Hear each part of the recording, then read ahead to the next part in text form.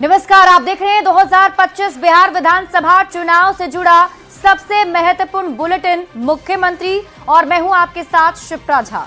अगले आधे घंटे के अंदर मैं आपको दिखाऊंगी आज की सबसे बड़ी चुनावी खबरें।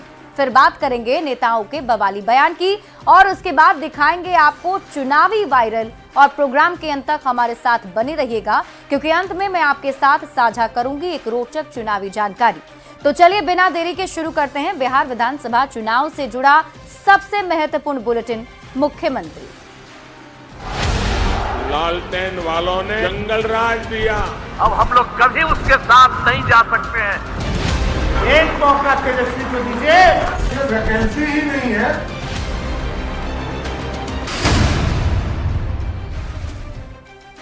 और मुख्यमंत्री की शुरुआत सबसे बड़ी खबर के साथ करते हैं। बिहार में विधानसभा चुनाव के पहले सरकारी नौकरियों की बहार आने वाली है। बिहार सरकार 2.5 लाख से भी ज्यादा युवाओं को सरकारी नौकरी देने जा रही है, जिसे लेकर सरकार ने बड़ी तैयारी की, तो इस पर सियासत भी लगातार जारी है। 10 लाख बहाली होगी। बिहार के मुख्यमंत्री नीतीश कुमार ने 7 निश्चय 2 के तहत बिहार के युवाओं को 10 लाख नौकरी और 10 लाख रोजगार देने का वादा किया था। सीएम की घोषणा के मुताबिक अब तक करीब 9 लाख लोगों को सरकारी नौकरी दे दी गई है, तो 24 लाख लोगों को रोजगार से जोड़ा जा चुका है। अब सरकार ये दावा कर रही है कि बिहार विधानसभा चुनाव के पहले 10 की जगह 12 लाख लोगों को सरकारी नौकरी दी जाएगी। इतना ही नहीं, जिन लोगों को सरकार नौकरी देगी उनकी लिस्ट भी जारी की जाएगी। जो 2020 से लेकर 2025 तक जिनको भी नीतीश कुमार जी के नेतृत्व में सरकारी नौकरी देने का काम किया गया, रोजगार देने का काम किया, सबको बधाई और संदेश भी माननीय मुख्यमंत्री जी की ओर से दिया जाएगा, और लिस्ट भी हम लोग जारी करेंगे। बिहार की 9 अलग अलग एजेंसियां लगभग 2,75,000 बहाली निकाल रही है, जिसकी प्रक्रिया शुरू हो गई है। कई एजेंसियों ने बहाली निकाली भी है, तो कुछ अभी इस प्रक्रिया में है। बीपीएससी 1,20,000 पदों पर बहाली निकालेगा। एसएससी में 21,506 बहाली निकलने वाली है। बिहार तकनीकी सेवा आयोग में 65,950 बहाली होनी है। बिहार संयुक्त प्रवेश प्रतियोगिता परीक्षा परिषद में 2,718, बिहार विश्वविद्यालय सेवा आयोग में 452, केंद्रीय चयन परिषद सिपाही भर्ती में 47,400, राज्य स्वास्थ्य समिति में 12,895 और आईजीआईएमएस में 583 पदों पर बहाली होगी।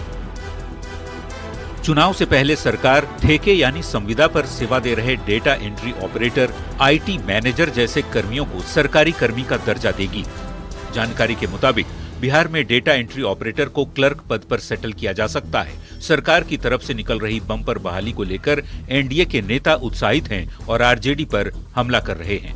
हालात तेजस्वी यादव यह है कि आपके परिवार की पुत्रवधू श्रीमती गुंजन यादव स्वर्गीय मंगरू राय के परिवार को नौकरी आपके पापा ने दिया था, तो उसको जमीन लिखना पड़ा था, और श्रीमती गुंजन यादव को नीतीश अंकल ने नौकरी दिया, तो न जमीन लिखना पड़ा, न कोई रुपए का निवेश करना पड़ा।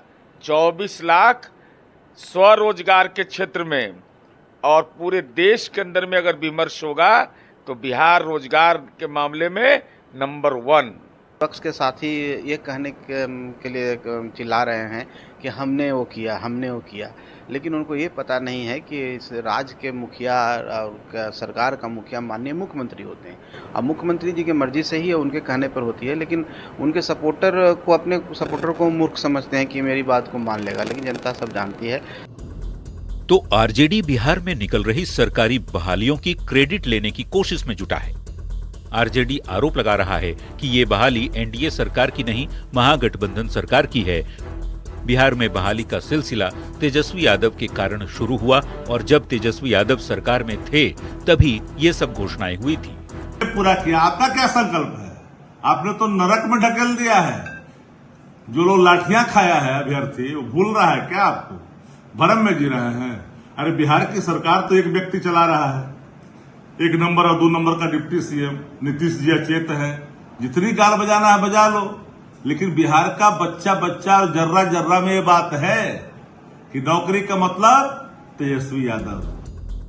चुनावी साल में बिहार के युवाओं के लिए नौकरियों की भरमार है तो राजनीतिक दलों के बीच इस मुद्दे पर आरोप प्रत्यारोप भी तेज हो गए हैं। न्यूज़ 18 के लिए पटना से संवाददाता शैलेंद्र कुमार की रिपोर्ट।